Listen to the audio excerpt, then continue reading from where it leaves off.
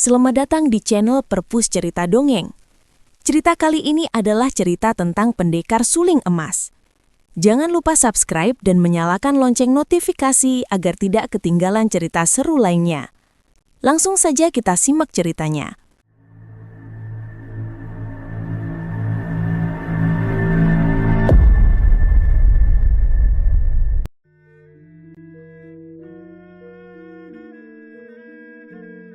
Anakku memang cantik.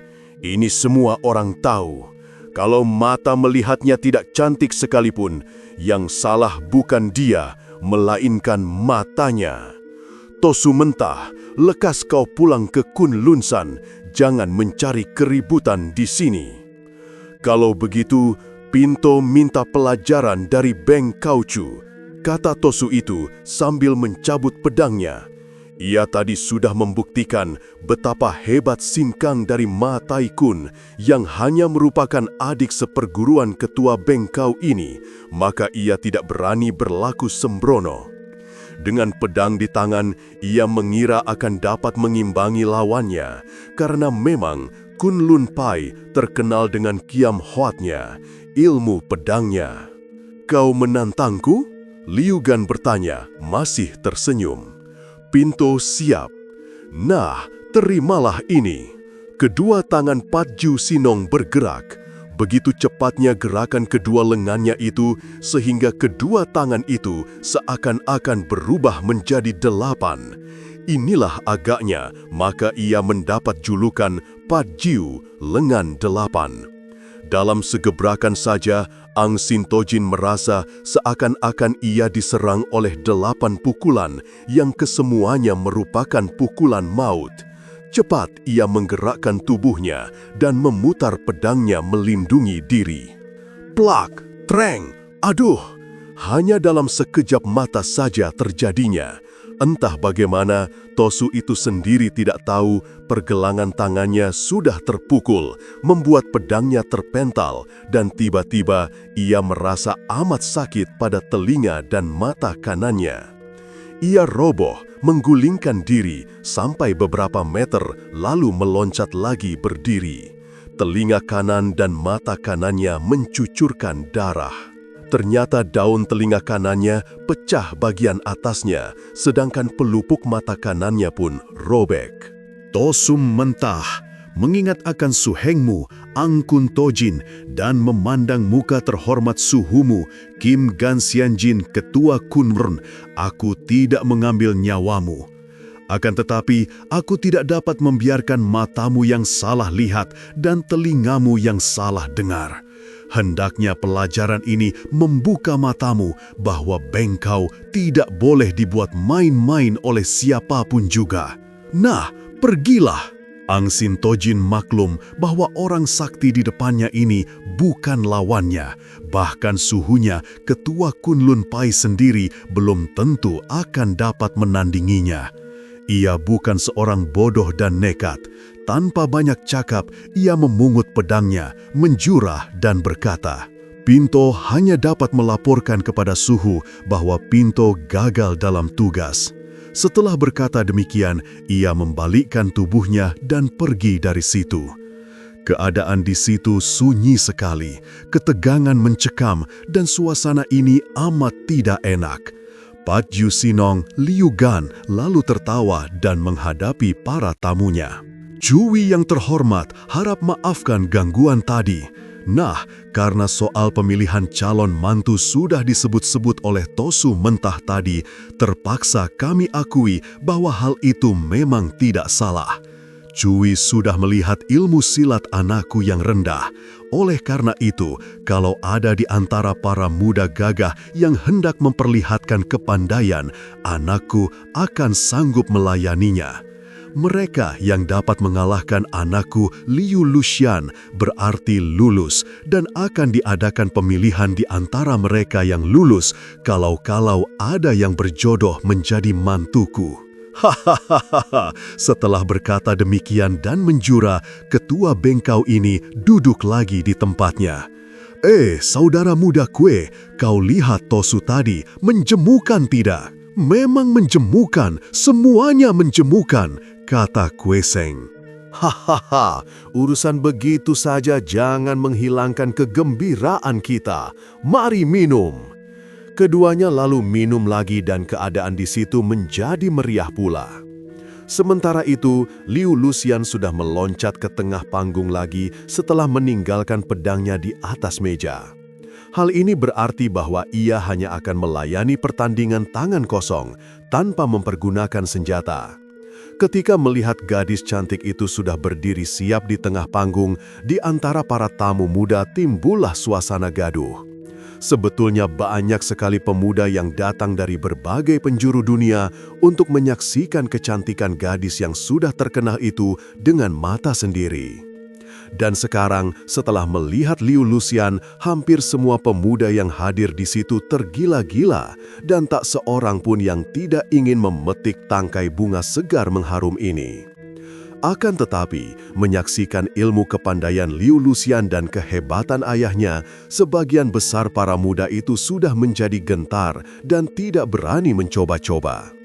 Apalagi kalau mengingat akan pembunuhan-pembunuhan aneh di dalam rumah penginapan kemarin malam, mereka merasa ngeri dan membuat sebagian besar di antara mereka mundur teratur.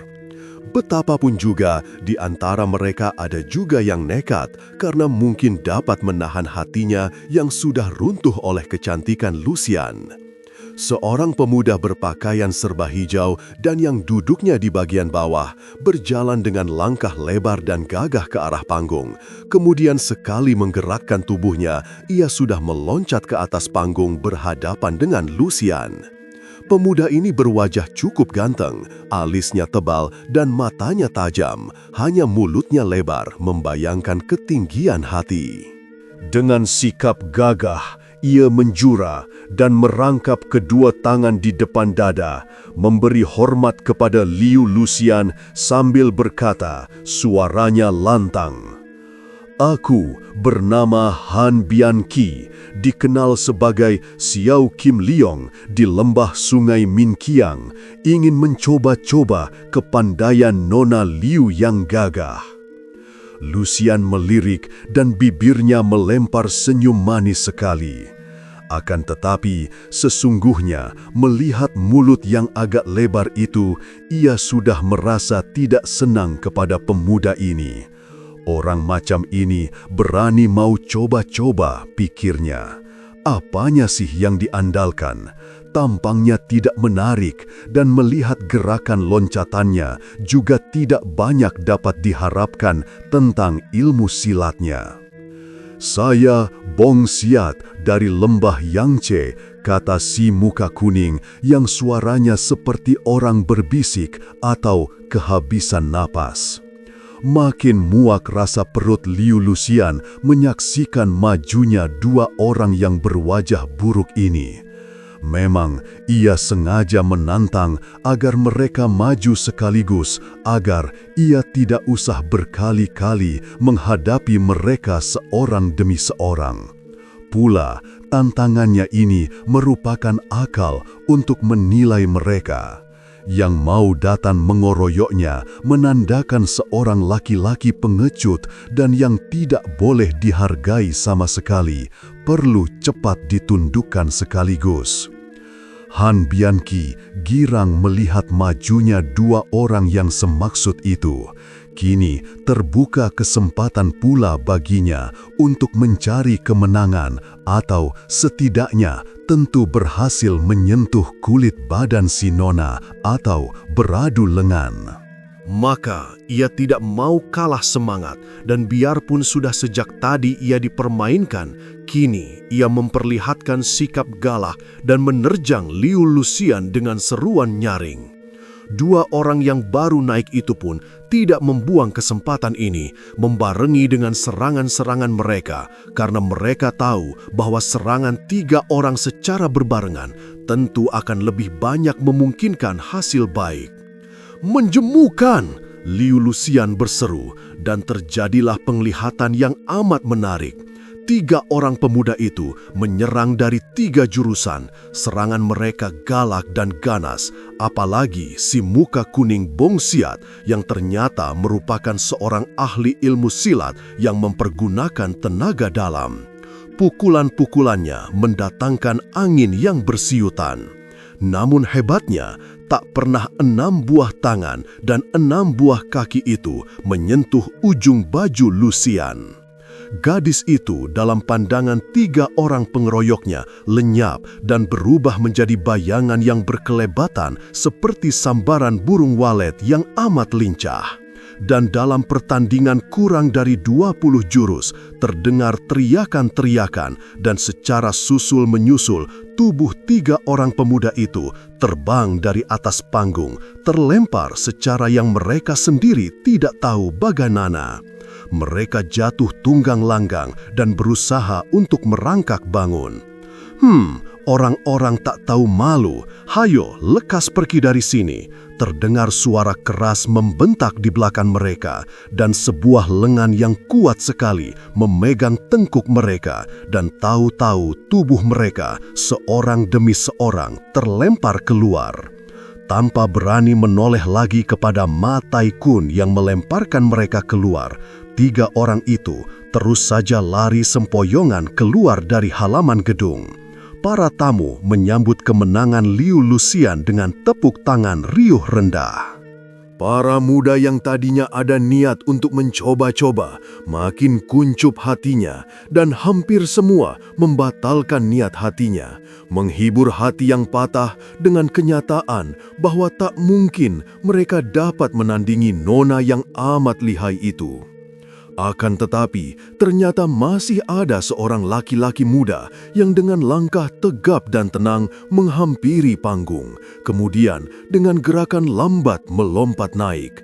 Ketika kedua buah kakinya menginjak panggung, Lucian merasa tergetar kedua telapak kakinya, tanda bahwa yang datang ini memiliki Lui Kang yang cukup hebat. Ia menjadi tertarik, akan tetapi ketika mengangkat muka memandang, ia merasa kecewa. Laki-laki ini sikapnya gagah dan pakaiannya sederhana. Mukanya membayangkan kerendahan hati dan kejujuran, namun sama sekali tidak tampan. Matanya lebar dan alisnya bersambung, hidungnya pesek. Saya yang bodoh, Li Kung dari pegunungan Tailiang. Sebetulnya saya tidak ada harga untuk memasuki sayembara. Akan tetapi, karena sudah sampai di sini dan saya amat tertarik dan kagum menyaksikan kehebatan ilmu silat nona, perkenankanlah saya memperlihatkan kebodohan sendiri. Kata-katanya merendah akan tetapi jujur dan sederhana. Lucian tersenyum mengejek. Siapapun juga boleh saja mencoba kepandaian karena memang saat ini merupakan kesempatan. Nah, silahkan saudara Li maju.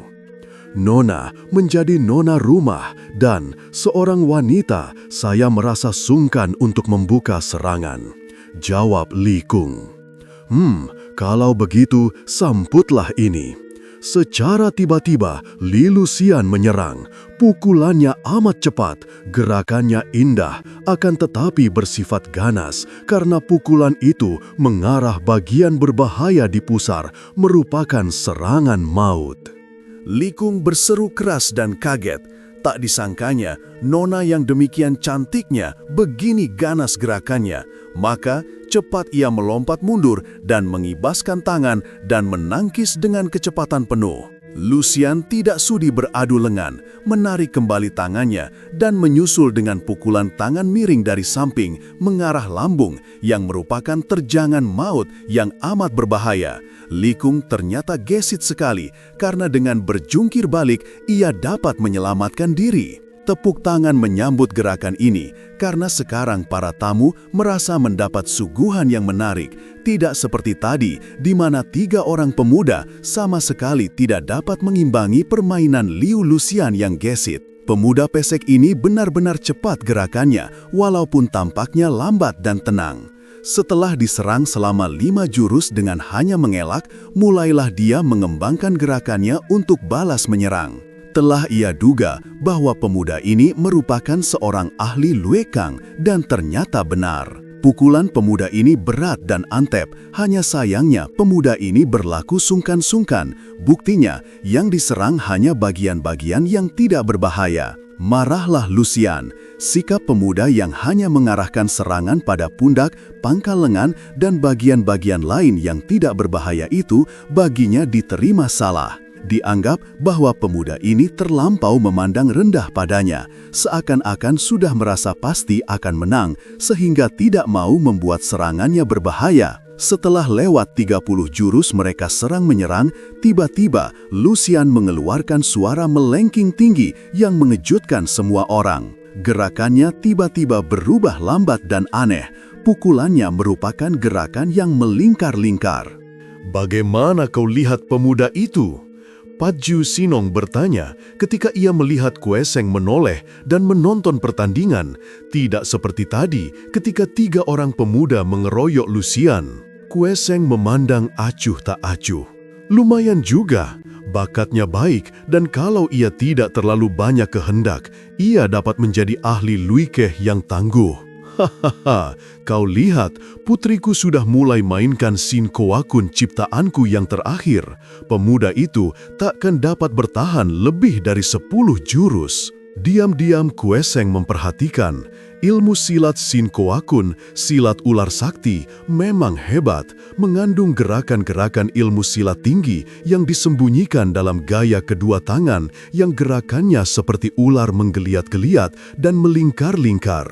Namun, dalam ilmu silat ini terkandung sifat yang amat ganas dan kembali sepasang alis pemuda ini berkerut saking kecewa. Sungguh sayang sekali, kecantikan seperti bidadari itu dirusak sifat-sifat liar dan ganas, diisi ilmu yang amat keji.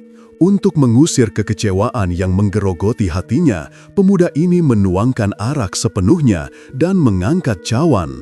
Minum biar puas, lalu sekali tenggak habislah arak itu. Padju Sinong tertawa bergelak dan minum araknya pula. Ramalan Padju Sinong ternyata terbukti. Tepat 10 jurus setelah pemuda Shelie itu terdesak dan bingung menghadapi 2 lengan halus yang seperti sepasang ular mengamuk, lehernya kena dihantam tangan miring. Ia mengaduh dan terhuyung-huyung ke belakang. Akan tetapi, tepat pada saat lehernya dihantam, ia dapat mengibaskan tangannya mengenai lengan Lucian sehingga menimbulkan suara plak dan gadis itu menyeringai kesakitan, lengannya terasa panas sekali. Biarpun ia sudah tahu bahwa pukulannya mengenai leher lawan dengan tepat karena lengannya tertangkis tadi, Lucian menjadi marah dan cepat ia maju lagi mengirim pukulan yang agaknya akan menamatkan riwayat pemuda itu. Cukup! Tiba-tiba sesosok bayangan meloncat ke atas panggung dan dengan cepat menangkis tangan Lucian yang mengirim pukulan maut. Duk! 2 buah lengan tangan bertemu dan keduanya terhuyung ke belakang sampai 3 langkah. Dengan kemarahan meluap-luap, Lucian memandang orang yang begitu lancang berani menangkis pukulannya tadi. Ia membelalakkan matanya dan tiba-tiba ia merasa seakan-akan jantungnya diguncang keras, kemarahannya lenyap dan ia terpesona. Belum pernah selama hidupnya ia melihat seorang pemuda yang begini ganteng. Rambutnya hitam tebal diikatkan ke atas dengan sehelai sutra kuning. Pakaiannya indah dan ringkas, membayangkan tubuhnya yang tegap, berisi, dadanya yang bidang. Alisnya berbentuk golok, hitam seperti dicat, hidung mancung, mulut berbentuk bagus, membayangkan watak gagah dan hati keras. Pendeknya, wajah dan bentuk badan seorang jantan yang tentu akan meruntuhkan hati setiap orang gadis remaja. Seketika Lucian jatuh hatinya, akan tetapi mengingat perbuatan lancang pemuda ini untuk menjaga harga dirinya, ia menegur juga, hanya tegurannya tidak seketus yang dikehendakinya. Kau siapa berani lancang turun tangan mencampuri pertandingan? Pemuda itu menuntun Li Kung sampai ke pinggir panggung, menyuruhnya mengundurkan diri. Li Kung menjura ke arah Liu Lucian lalu melompat turun, terus pergi meninggalkan tempat itu. Setelah itu, baru pemuda yang membawa sebuah golok disarungkan dan digantungkan pada pinggangnya itu membalikkan tubuh menghadapi Liu Lucian sambil berkata, "Maaf Nona, memang saya tadi berlaku lancang. Akan tetapi sekali-kali bukan dengan maksud hati yang buruk. Hanya untuk mencegah terjadinya pertumpahan darah. Sudah terlalu banyak jiwa melayang. Sayang sekali.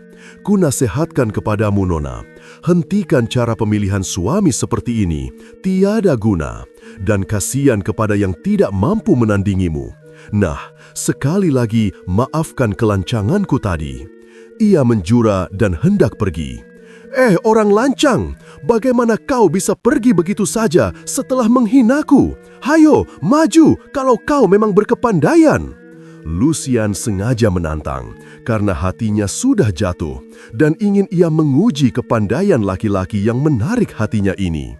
Kalau memang benar seperti dugaannya, bahwa laki-laki ini seperti terbukti ketika menangkisnya tadi, memiliki kepandaian tinggi, ia akan merasa puas mendapat jodoh setampan dan segagah ini. Kue Seng memang tampan pula, tetapi terlalu tampan seperti perempuan, kalah gagah oleh pemuda ini. Dan biarpun ia tahu ilmu kepandaian Kue Seng mungkin hebat, akan tetapi sikap pemuda itu terlalu halus, terlalu lemah lembut, kurang jantan.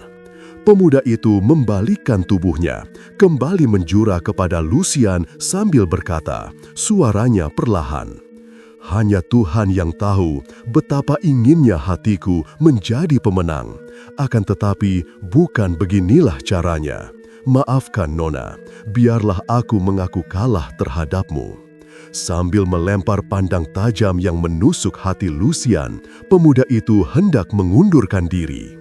"Apakah engkau begitu pengecut, berani berlaku lancang, tidak berani memperkenalkan diri? Siapakah kau yang sudah berani menghinaku?"